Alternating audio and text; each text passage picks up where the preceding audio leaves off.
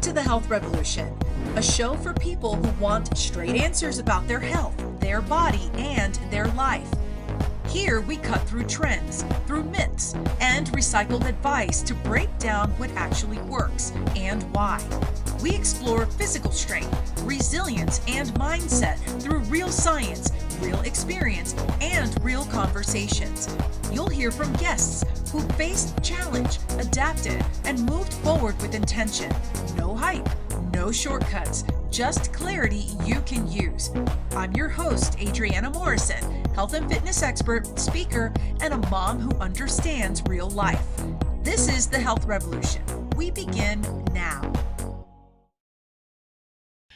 Mike Ryno, Yes. I gotta tell you that I love how you just take your love for photography and you take it to a new level.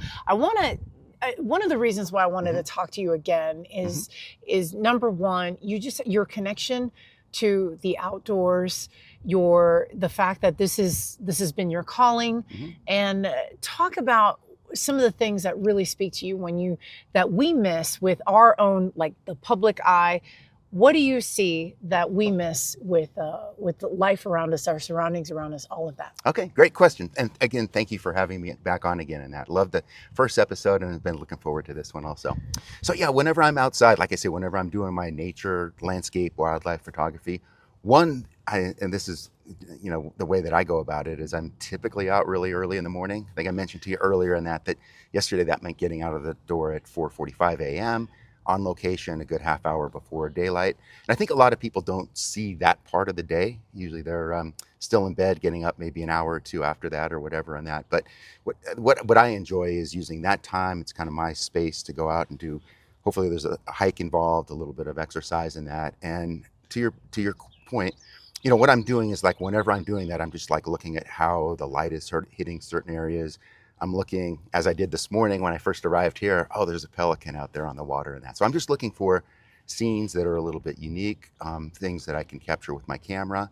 And just over the years and so forth, that I've conditioned my eyes to look for things that I think would make for interesting images.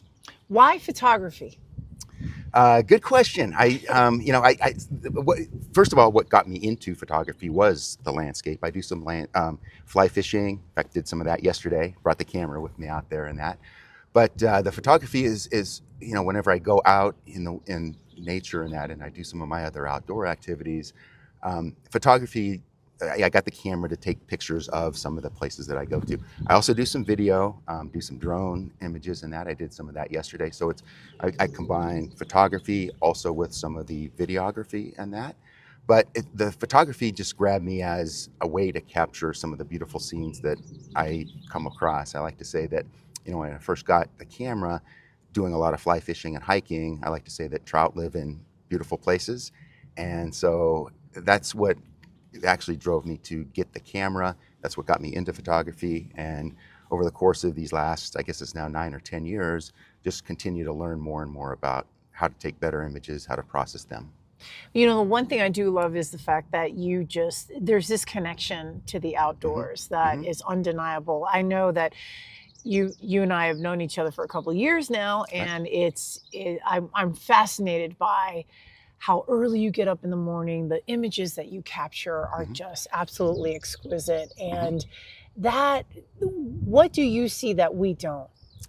So I think, let's see here, another great question in that, because I try and think of that myself and so forth and that. I'm sure you see what I see, but sometimes it's just having that vision. I do pre-visualize some of my things whenever I go to some of these locations.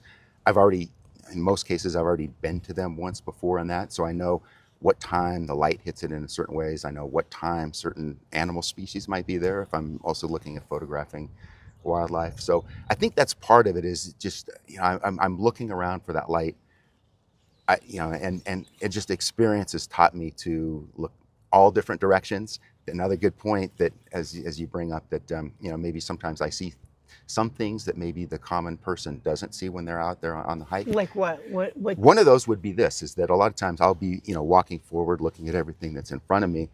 And I encourage people to do this. Occasionally stop, look around all directions, but also look behind you, because I've had several times where I'm so focused on what's all in front of me, and that be sure and take in everything that's around you and include, go 180 degrees backwards and take a look at what's behind you. So what is that doing for your mental health, your Mm-hmm. soul? What have you noticed that photography has done for you? Because in previous chapters, Yes. you didn't do photography your whole life, but Correct. what has it done for you today? It's done a lot for me. What for one is, I had a corporate banking job for plenty of years, 38 to be exact. And, again, that was, getting up early in the morning, going to work behind a computer all day.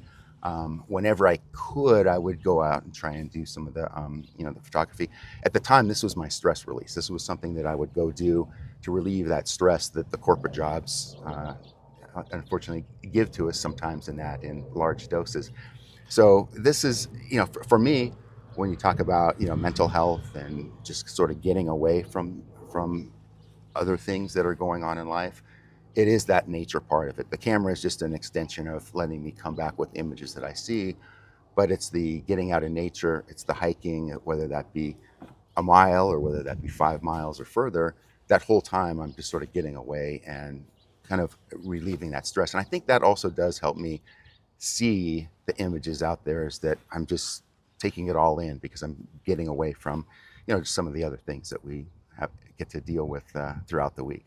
So when was the first time you picked up a camera and you thought, you know what, I wonder what I could do with this? Oh, there's a great question in that, because I really didn't know, to be honest. When I got the camera, it was roughly 10 years ago when I got the first camera. And I didn't really know how to use it very well on that. So I joined a local Lone Tree Photo Club to learn how to use it. And then as I continued to grow and develop and take classes and workshops and so forth, that's what I think has given me some of the skills in terms of, one, making me more aware of my surroundings, aware of camera settings, aware of light, and the post-processing is also a big element of it.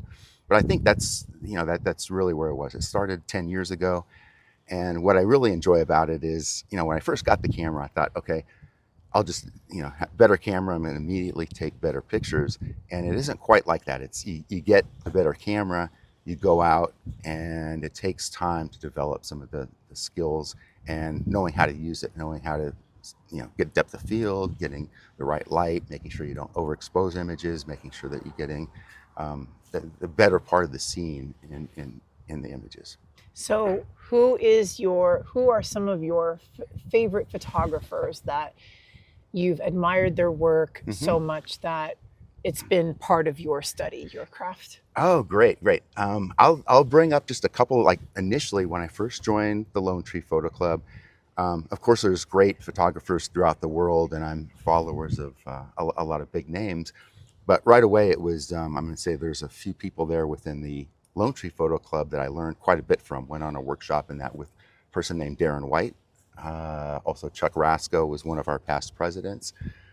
Lately, I've been doing some more portrait photography also. So I've been learning from this year's president of Professional Photographers of Colorado. I was the president before her, Jessica Valia, and Dave Purcell, who's a great portrait photographer over with the Lone Tree Photo Club. It's really hard for me to pick a favorite because there's a couple different genres that I do right now, and there's people who are experts, but the names that I just brought up right there aren't necessarily the world famous names, but they're people who I've learned a lot from.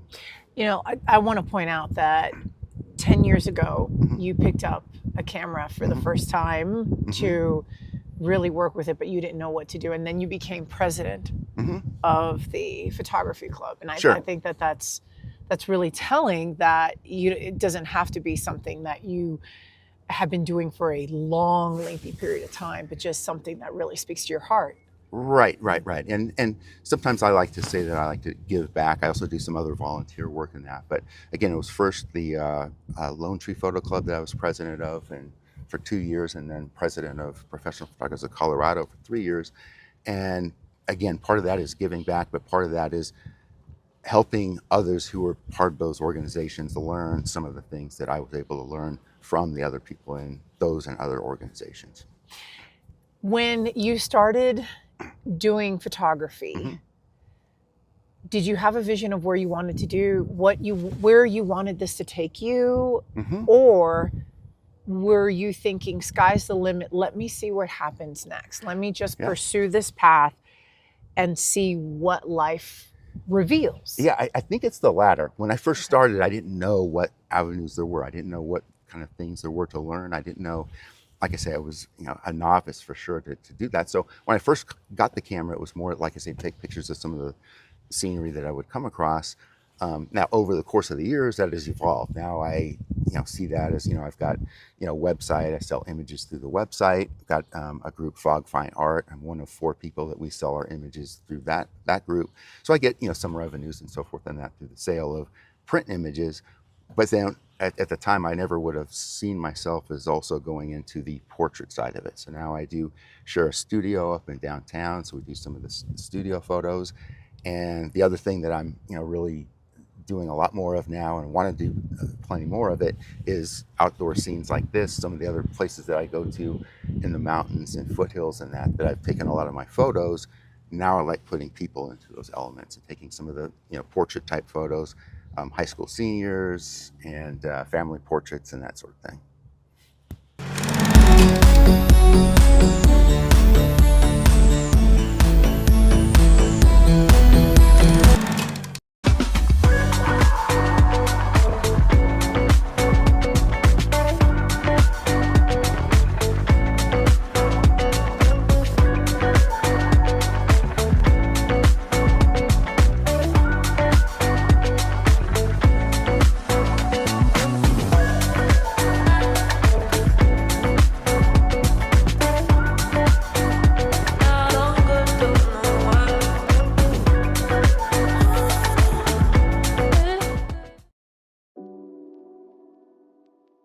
So in the calm bag, it has GABA, theanine, and taurine.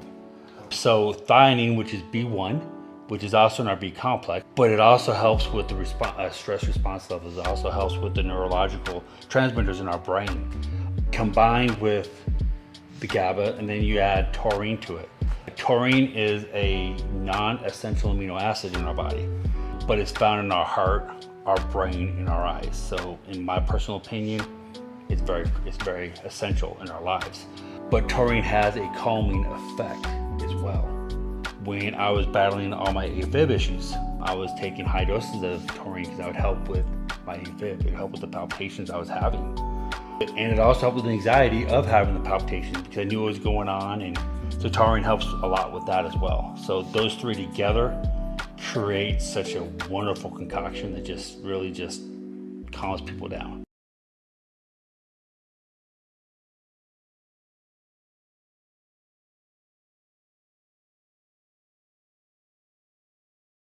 Introducing Launchpad, the perfect partner to help you launch your dream project to the world.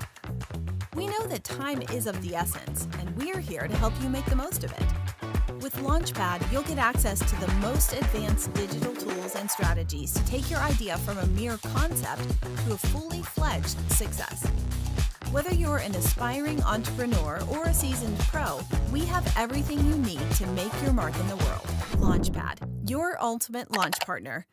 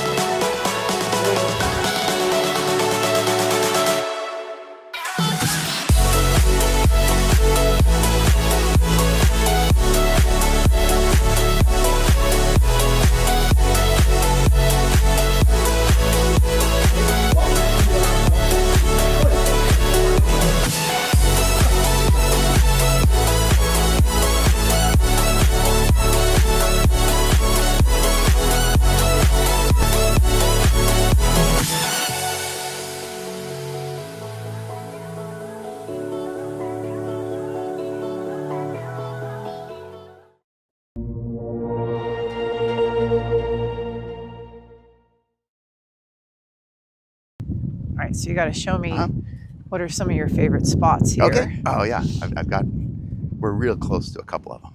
Okay, so we're at Cherry Creek State Park. Uh-huh. And how often do you come here? You know, because it's so close to my house, about 15 minutes, if not days that there's not traffic. Okay. I come here probably once a month, maybe twice a month, sometimes mornings, sometimes evenings. So how many times have you been here to photograph? So I've probably been here at least 30, 35 times. Okay, and we are at Cherry Creek State Park here in Denver Metro. And what can you tell viewers and listeners about us being here, about this area? What makes it so incredible? It's a great location for me in that. Like I mentioned, usually the water level, we'd be standing in water about up to our waist right here, because usually the water level is like right up to those rocks, the top of those rocks over there. And what I enjoy is coming out here early in the morning. It's typically calm. There's a little bit of a breeze right now, but early in the morning, you get the calm water, you get the reflections, you get birds coming across. Right here, we've got these little baby ducklings. That is a great photo shot right there. And there's just so many different scenes. This is one of my first go-to locations in that early in the morning, and then I migrate my way across. I've photographed bald eagles in these trees that are right behind us. So it's part of the wildlife, the birds, pelicans, bald eagles, ducks. It's a location that's close to home, and it's got so much variety to it.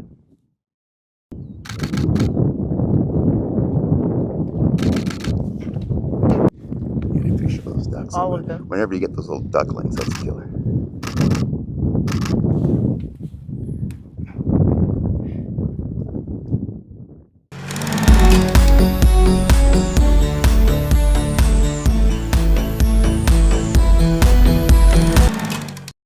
Welcome to Ryno Laser and Skincare, where beauty meets technology. From laser hair removal and anti-aging treatments to facial sculpting, acne care, and injectables, our expert team helps you look and feel your best with customized, results-driven care. Located in Littleton, Colorado, we offer a comfortable, welcoming space and cutting-edge treatments tailored just for you. Visit RynoLaserandSkincare.com to book your transformation today. Ryno Laser and Skincare, where confidence begins.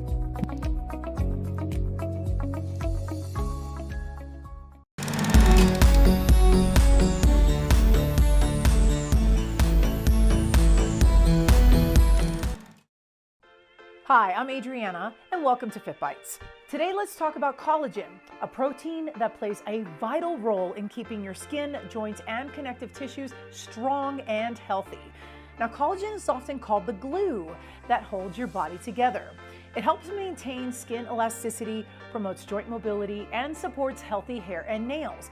But as we age, our body's natural collagen production decreases, typically starting in our mid-20s, which can lead to wrinkles, joint discomfort, and weaker connective tissues. Now, the good news is you can support your collagen levels.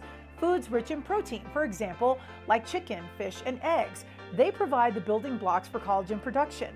Vitamin C is also essential. Citrus fruits, bell peppers, and leafy greens, for example, can boost your body's ability to produce collagen.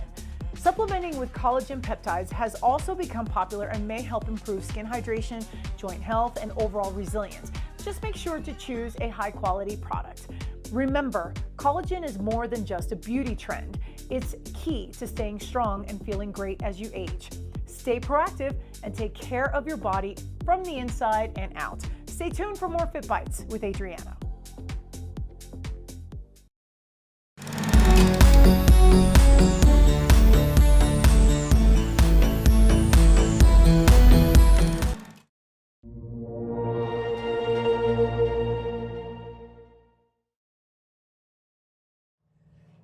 So talk to me about what this does for you here. I mean, obviously you're coming at a time where right now we don't have a whole lot of people. Right. It's in the middle of the week. That's Well, it's a weekday. Yeah. But tell me what this does for you. Is this something that you knew to do to really touch grass and stay connected with nature. Did you know that this would feed your soul the way that it does today? Oh, yeah. And I didn't know it at the time when I first started doing it, but as I came out, it only really took about 2 or 3 times to come to this and other locations to really feel, I really need this. This is very, very beneficial to me, to my well-being, and that. It's, like I say, every time I get up early in the morning to come out here, my adrenaline starts getting up, wondering what I'm going to see out here.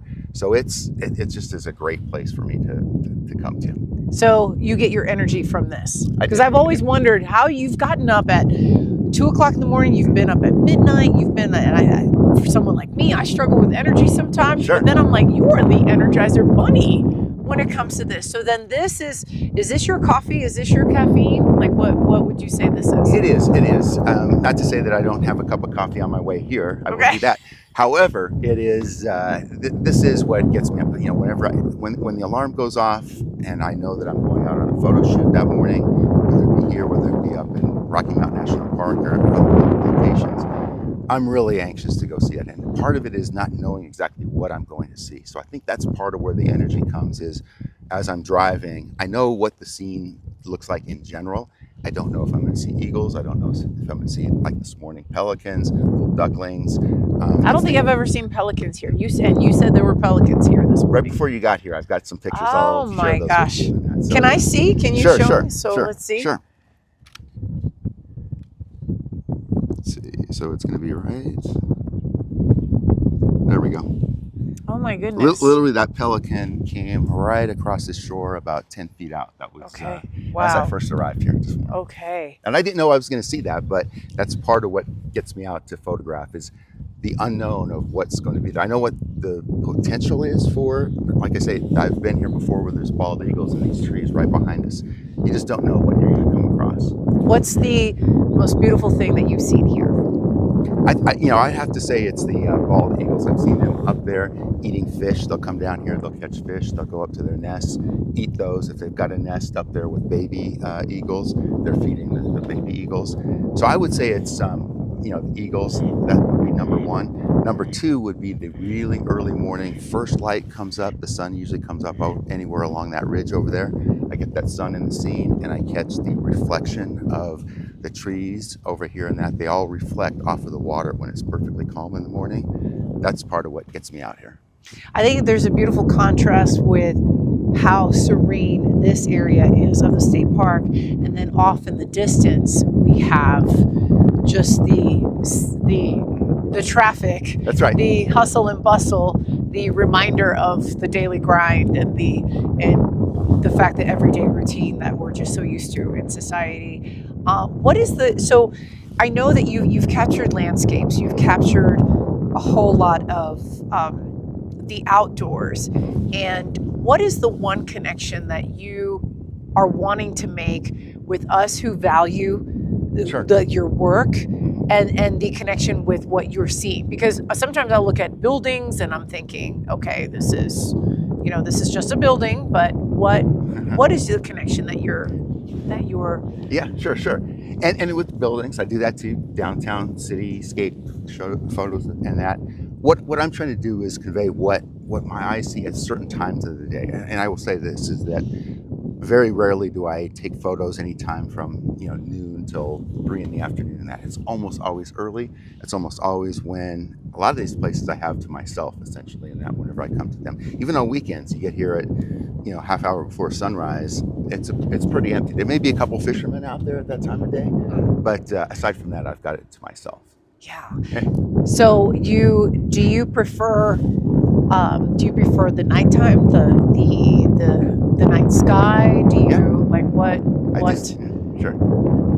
I do some of that too. I do some of the night photography, Milky Way, star trails, and that. Typically, I will do that not here in the city, just because you need the dark sky. So I'll go out east Colorado. I'll go up to the mountains, places where we don't have the city light pollution that goes with that. I like it all. I like all of that. Do you think that there are more photographers who are older than or younger? Are you seeing a trend, or is it something? Is it something that's in demand? Is it something like what What's your take on that? That's a great question. Just based upon the age of the couple of groups that I'm associated with, I'd say it's a little bit more oriented towards a little bit older, maybe 50 and above is kind of the age that's in the clubs. However, whenever I go out to a lot of the locations and that, I see people who are high school age.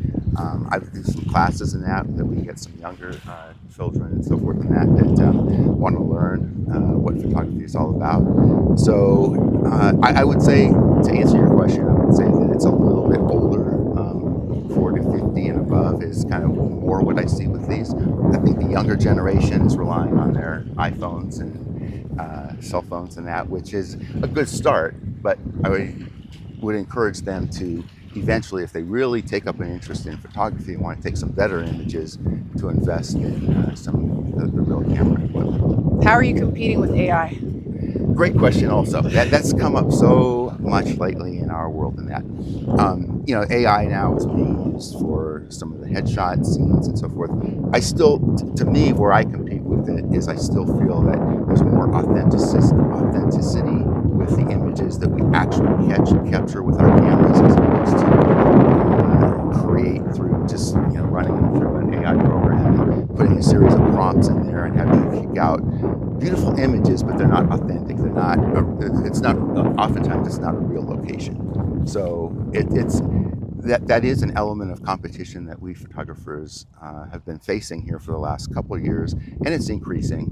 But I still feel that a lot of people still want to see real nature. They want to see real scenes. They want to see real images of wildlife and sunrises, sunsets, and I find that a lot of times it's interesting because a lot of people will question, even on my images, oh, is that AI? And I have to say, no, I'm not using AI to do this. But right now there's always a question mark there as far as how, which images do they see when they scroll through Instagram, Facebook, and so forth? Which ones are AI and which ones are being, taken for real?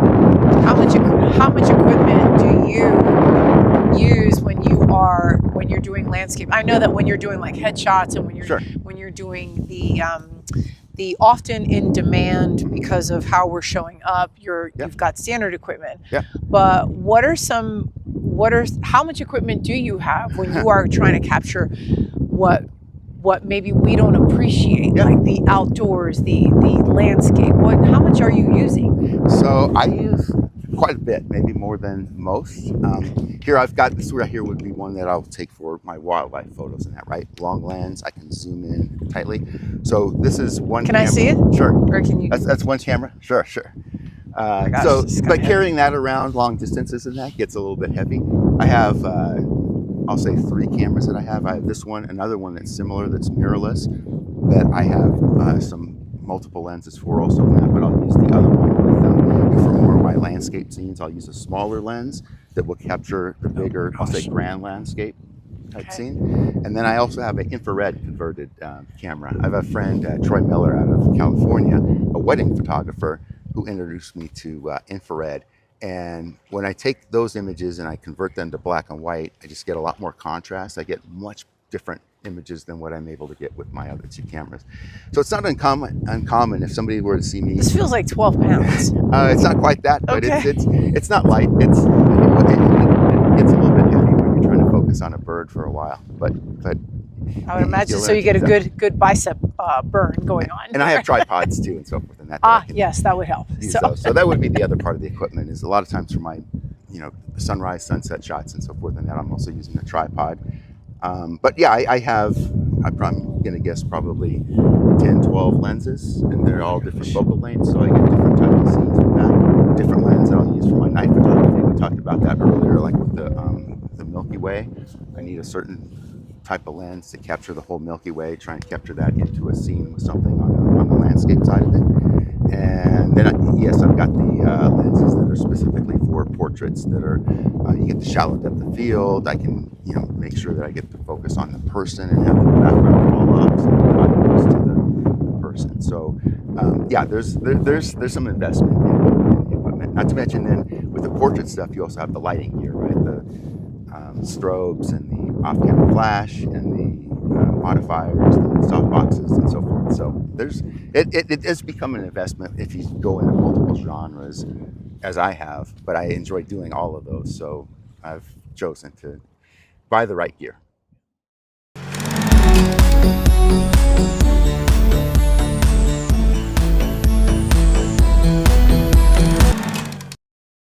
Are you pouring your heart and soul into your business, but nobody seems to notice? Are you struggling to get your offer, your expertise, your program seen by the right people?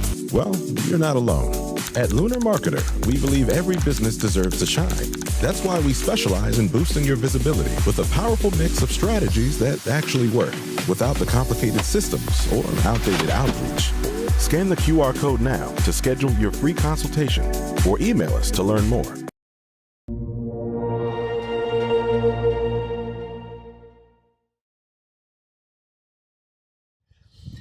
Okay, so one thing that I noticed is that your photos are quite different from so many others. And do you go into capturing landscape, or do you go into capturing photos with a certain essence that you want for the rest of us to see? I would say the latter. I would say that, I go in there and I go after what I want people to see, what I see, what inspires me to go out there. I get asked this a lot of times. Because some photographers will go out and specifically try and shoot images for competition or for awards and that. For me, I like to go out there and photograph what I enjoy, the scene that I see. I'm hoping that people see those and can appreciate those. And if they win awards, great. If they don't, that's okay. But it still is what I'm trying to show the world and my followers in that what it is that I look for, what I try and capture.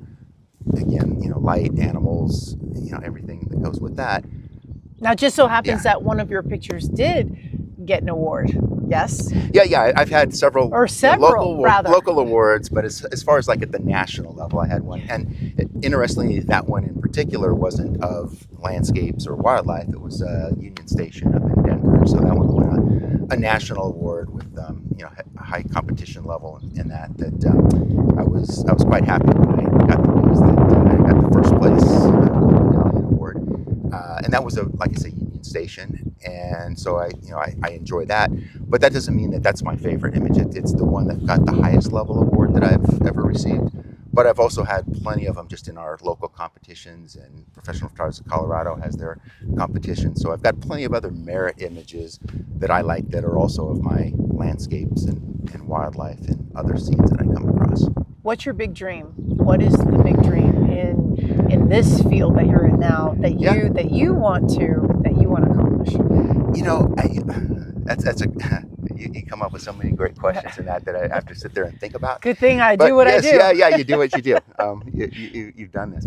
But so what I like doing is, or what my dream would just be, continue. I do want to get a couple more of those awards sort of at the national level. I want to get, but it really isn't the recognition there. It's, kind of increase my base of followers. The other part of it that is, if I'm saying, to be honest, in terms of my dream, it's also now to bring others, whether it's portraits, family portraits, and so forth, to some of the locations that I really enjoy outdoors, and do some of the photography with them. I've got the scenes of a lot of these locations that I enjoy, that I've already captured and been there, sunsets or whatever and so forth, and that. Now what I want to try and do is get more of those type of photos, whether it be a scene with a waterfall, a scene with the rivers, places that I like to go to and have gone to even before I got into photography. And now I want to introduce people to those, but I also want to have those images of people in the beautiful scenes with the right lighting, and might include off-camera flash to make sure that they show up in those scenes. But my dream right now is to continue to do what I'm doing with my landscape, but it's to increase my presence with photographing people in some of the, like I say, beautiful locations that I enjoy going to. I love the quiet influence you're making with having the rest of us appreciate the outdoors.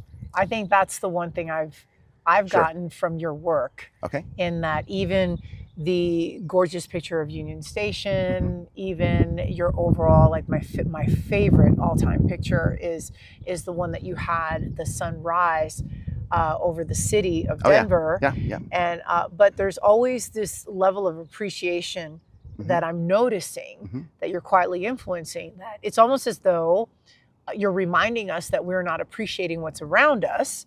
Right. And that we're not stopping to smell the roses or the flowers or anything like that.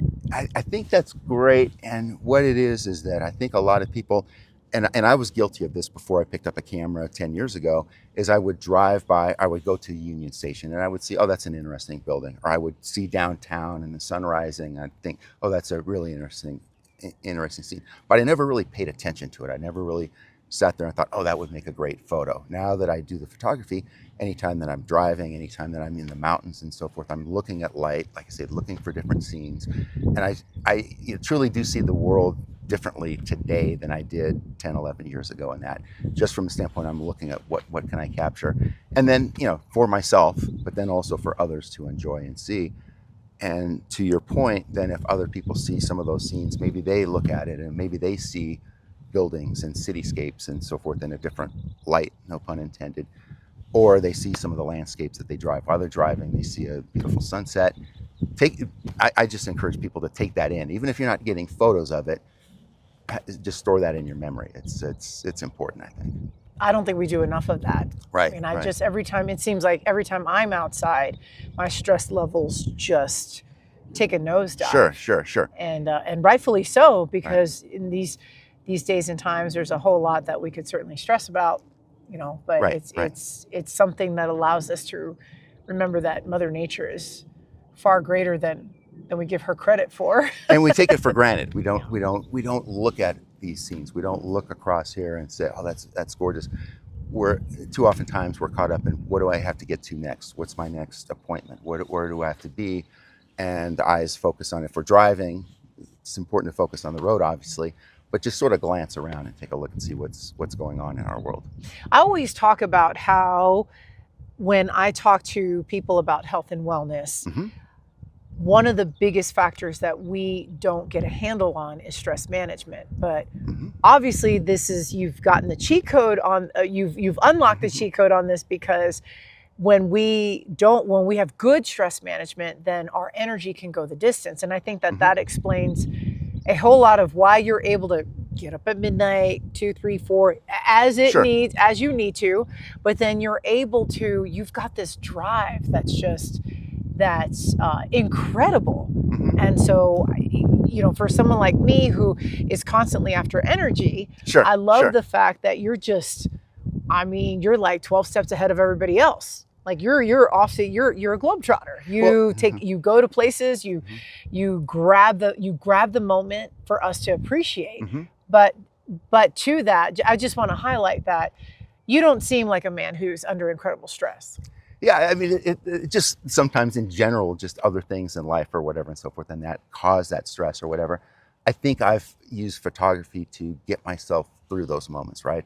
To where, whenever that is, whenever I get the opportunity, and I can't come out, with my schedule too, I can't come out here every morning of the week. But just, I think the more times I can do it, the more times that, like you say, even though I may be getting limited a number of hours of sleep, it still feeds my that drive to just get out, and it does satisfy that recharging my batteries, I guess, or whatever, in that even if I'm getting up that early, and even if I may have only got 5 hours of sleep, I don't feel it, because I'm still feel fully alert throughout the day.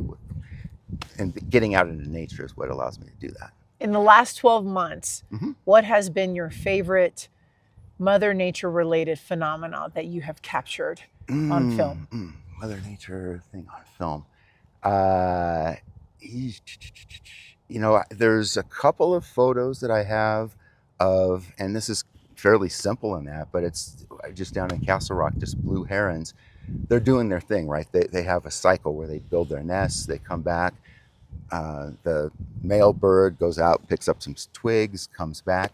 And sometimes it's not maybe an award-winning image for me, but it's something that I just like seeing what you start learning the behavior of some of the wildlife that you photograph in that. So in this case, it may not be like the one that's going to get some awards and so forth, but just sitting there watching the birds do their thing, the females on the nest laying eggs, the males going out doing his thing of helping build the nest. Then when the eggs hatch, now it's going out catching the fish to bring back, and that, I think that's part of what, while it's not my award-winning image, it's a very recent one, a series of images from that morning, but it's the blue herons just sort of up on these big nests on their roost and doing that. What is the one thing that is misunderstood about what you do? Let's see. I think, people see my images and see, obviously some of them are early in the morning, some of them are late in the evening. I don't know that everybody knows, especially if it's, something that I recently hiked up into Dream Lake in Rocky Mountain National Park. I started the hike at right at midnight. I got up there and I was using the moon to photograph Long's Peak, and that, I think they see that image, but they don't, unless they read the caption, they don't realize the commitment that one took to hike in the dark up, up through the mountain with a headlamp to get to a place to capture a scene. They like the image, but they don't realize some of the effort that goes into that.